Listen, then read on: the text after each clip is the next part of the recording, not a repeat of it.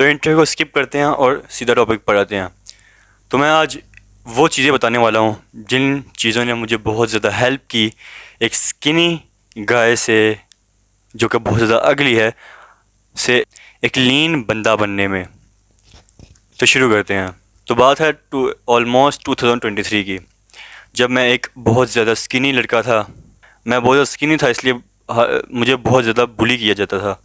School में भी, घर में भी ताने मिलते थे कि कुछ खाया कर, थोड़ा वेट बढ़ा, ये क्या हालत बना दी तूने अपनी। और भी बहुत सारे कमेंट किए जाते थे और मुझे बहुत ज़्यादा हेट होने लगा था अपने आप से कि मैं इतना स्किनी क्यों हूँ। तब मुझे पता नहीं था कि ये सिर्फ़ और सिर्फ प्यूबर्टी की वजह से है, कि हाइट बढ़ रही है इसलिए मेरा वेट नहीं बढ़ रहा। एक्चुअली मैं स्ट्रॉन्ग था, क्वाइट स्ट्रॉन्ग था, लेकिन जो मसल्स थे वो मेरे बिल्कुल भी नहीं थे और मैं बहुत ज़्यादा स्किनी था। तो मैंने अपने मसल्स को बढ़ाने की और अपना पहला वर्कआउट प्लान बनाया और फिर आगे आगे जाते जाते अब मैं यहाँ से यहाँ पहुँच गया हूँ और मैं और भी आगे इम्प्रूवमेंट करता रहूँगा। तो ये 4 चीज़ें हैं जिन्होंने मुझे ट्रांसफॉर्म होने में बहुत ज़्यादा हेल्प की। आई नो ये इतना अच्छा, इतनी इम्प्रेसिव फिज़िक नहीं है, बट मैंने बहुत ज़्यादा प्रोग्रेस किया है। वो भी सिर्फ़ और सिर्फ होम वर्कआउट से। तो ये 4 चीज़ें हैं जिन्होंने मुझे बहुत ज़्यादा हेल्प की इस जर्नी में। थर्ड और फोर्थ पॉइंट बहुत ही ज़्यादा इम्पॉर्टेंट है, तो उसे मिस बिल्कुल भी मत करना। तो ये मैं हुक की वजह से नहीं कह रहा कि ताकि तुम लास्ट तक वीडियो देखो, बल्कि मैं सच में कह रहा हूँ। थर्ड और फोर्थ बहुत ज़्यादा इम्पोर्टेंट पॉइंट है अगर तुम जैक्ड लीन बनना चाहते हो तो। अदरवाइज़ तुम्हारी मर्ज़ी। पहली चीज़ है working out almost every day. अगर तुम चाहते हो कि तुम्हारी स्ट्रेंथ बढ़े और तुम्हें एक लीन फिजिक मिले, तो तुम्हें कंसिस्टेंसी के साथ वर्कआउट करना पड़ेगा। तुम्हें ऑलमोस्ट हर दिन, हफ्ते में तुम्हें 4 या 5 नहीं बल्कि 6 दिन ट्रेन करना पड़ेगा। संडे को रेस्ट ले सकते हो, लेकिन 6 दिन तुम्हें ट्रेन करना पड़ेगा। ज़रूरी नहीं कि संडे को रेस्ट लो, किसी भी हफ्ते के अंदर एक दिन रेस्ट लेना है तुमने। और ये ऑप्शनल नहीं बल्कि ऑप्टिमल है।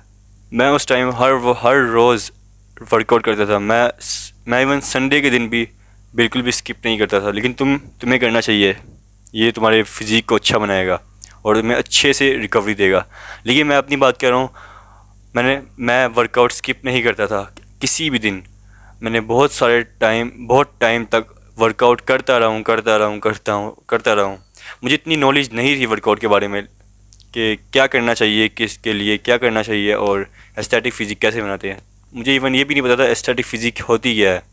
मैं बस ट्रेन करता था एवरी सिंगल डे और टाइम टू टाइम मुझे चीज़ों के बारे में पता लगने लगा और नॉलेज मैंने गेन की थ्रू वीडियोस। मेरा एक कज़न था जिसका नाम नवीद है, उसने भी मुझे बहुत ज़्यादा हेल्प की इस जर्नी में। उम्मीद तो नहीं कि वो वीडियो देख रहा होगा और मैंने किसी को बताया नहीं कि मैं ये चैनल बनाया है, तो उम्मीद तो नहीं है कि ये वीडियो देख रहा है। लेकिन अगर देख रहा है या आगे जगह कभी देखेगा फ्यूचर में, तो मेरा थैंक्स है उसे। तो उसने भी मुझे बहुत ज़्यादा गाइड किया कि क्या करना चाहिए क्या नहीं करना चाहिए, और मैंने फिर वर्कआउट शुरू कर दिया और मैं टाइम टू टाइम मैंने अपनी इम्प्रूवमेंट की। तो पहली चीज़ है कि तुम्हें एवरी सिंगल डे वर्कआउट करना है, चाहे कुछ भी हो जाए, चाहे बारिश हो। घर पे अगर तुम वर्कआउट कर रहे हो तो तुम्हारे पास एक्सक्यूज़ेस बिल्कुल भी नहीं होते। क्यों? क्योंकि तुम्हारे घर पे एक कमरा होगा फ्री, वहाँ पर तुम जाओ और फोकस के साथ वर्कआउट करो।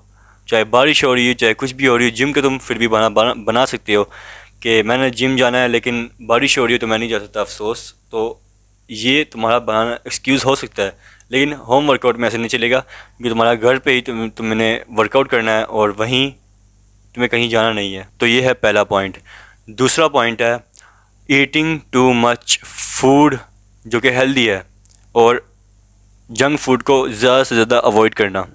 तुम यकीन नहीं करोगे कि मैं कोल्ड ड्रिंक्स नहीं पीता था, और मेरी एज क्या थी? सिर्फ़ और सिर्फ 12 साल। मुझे तभी से इतना मैं अवेयर था कि ये कोल्ड ड्रिंक्स अच्छी नहीं होती, और मैं ऑयली चीज़ें बिल्कुल भी कंज्यूम नहीं करता था, ना कि बर्गर खाता था। 6 महीने में एक दफ़ा ऐसे मैं खाता था, तो 6 महीने बाद खा रहा हूँ तो इतना इफेक्ट नहीं करता। तो मैं बहुत टाइम बाद जाके एक दफ़ा अपने आप को ट्रीट देता था और बहुत ज़्यादा हेल्दी फूड खाता था। लाइक अंडे, एग्स मैं बहुत ज़्यादा खाता था। मैं दही खाता था, रोटी बहुत ज़्यादा खाता था, क्योंकि अच्छा नहीं था, लेकिन तब मुझे लगता था कि अच्छा सोर्स है प्रोटीन का और कार्बोहाइड्रेट्स और कैलोरीज़ का। लेकिन तब मैं खाता था क्योंकि मुझे तब इतनी नॉलेज नहीं थी। लेकिन रोटी मत खाना, इतनी ज़्यादा ना मत खाना रोटी। बाकी चीज़ें तुम, प्रोटीन वाली चीज़ें तुम खा सकते हो, लाइक एग्स खा सकते हो, दही खा सकते हो, दूध पी सकते हो, और देसी घी खा सकते हो। बहुत अच्छा सोर्स है वेट गेन के लिए। जब मैंने वर्कआउट करना शुरू किया तो मेरी फूड की अमाउंट थी जो मैं खाता था वो बहुत ज़्यादा होगी, क्योंकि मैं बहुत ज़्यादा वर्कआउट करता था, दिन में 2 दफ़ा कभी करता था और स्प्रिंट्स मारता था, इसलिए बहुत ज़्यादा मुझे खाना पड़ता था और मुझे बहुत ज़्यादा भूख लगती थी। तो तीसरा पॉइंट है 8 hours of good quality sleep. मैं जब था 14 का या आई गेस 13 का, जब से मैंने वर्कआउट करना स्टार्ट किया, तब से मेरे अंदर अवेयरनेस आनी शुरू हो गई थी कि अपनी स्लीप पर बहुत ज़्यादा ध्यान देना होगा मुझे। मैं 9 बजे सोता था और फिर 5 बजे उठकर वर्कआउट करता था, और फिर बाकी चीज़ें लाइक स्कूल मेरी उसके बाद से हाइट बढ़ी बहुत ज़्यादा। मैं अभी करंटली 5'10" का हूँ और मैंने अपनी पोटेंशियल हाइट को अचीव कर लिया है, जो कि मुझे लगता है इन चीज़ों को ही करके अचीव किया है। तो मैं 8 आवर की स्लीप ज़रूर लेता था।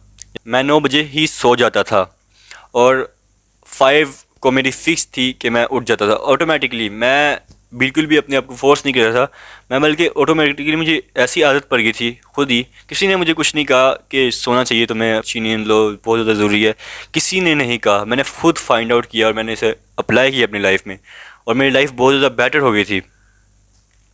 मैं 5 बजे उठता था, मेरी पीसफुल लाइफ थी, बहुत ज़्यादा पीस। मैं उन दिनों को बहुत ज़्यादा याद करता हूँ, क्योंकि मैं बहुत ज़्यादा पीस था मेरे लाइफ के अंदर। फिर मैं 5 AM को उठ कर नमाज़ पढ़ता था, लाइक प्रेयर करता था।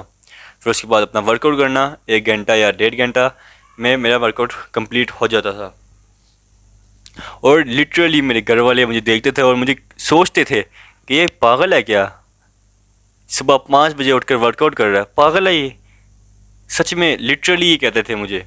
तो कोई देख रहा है मेरी फैमिली वाला, माफ़ करना, सॉरी, मैं बस रियलिटी बोल रहा हूँ। तो तुम्हारी फैमिली तुम्हें शुरू में सपोर्ट नहीं करेगी, तो इसमें कोई बुरी बात नहीं है, तुम्हें अब खुद ही सब कुछ करना पड़ेगा। तो इसने मुझे बहुत ज़्यादा हेल्प की कि मैं अच्छी स्लीप लेता था, और मुझे अवेयरनेस थी कि मुझे स्लीप मेरी बहुत ज़्यादा इंपॉर्टेंट है अगर मैं लीन और अच्छी लाइफ चाहता हूँ। क्योंकि मसल ग्रोथ जो तुम्हारा होता है, मसल रिकवरी होती है, वो तुम्हारी स्लीप में ही होती है। अगर तुम स्लीप अच्छे से नहीं लोगे और तुम बस वर्कआउट करते रहोगे, तो तुम्हारे जो मसल्स हैं वो रिकवरी नहीं कर पाएंगे, और फिर वो मसल तुम्हारा वीक बन जाएगा।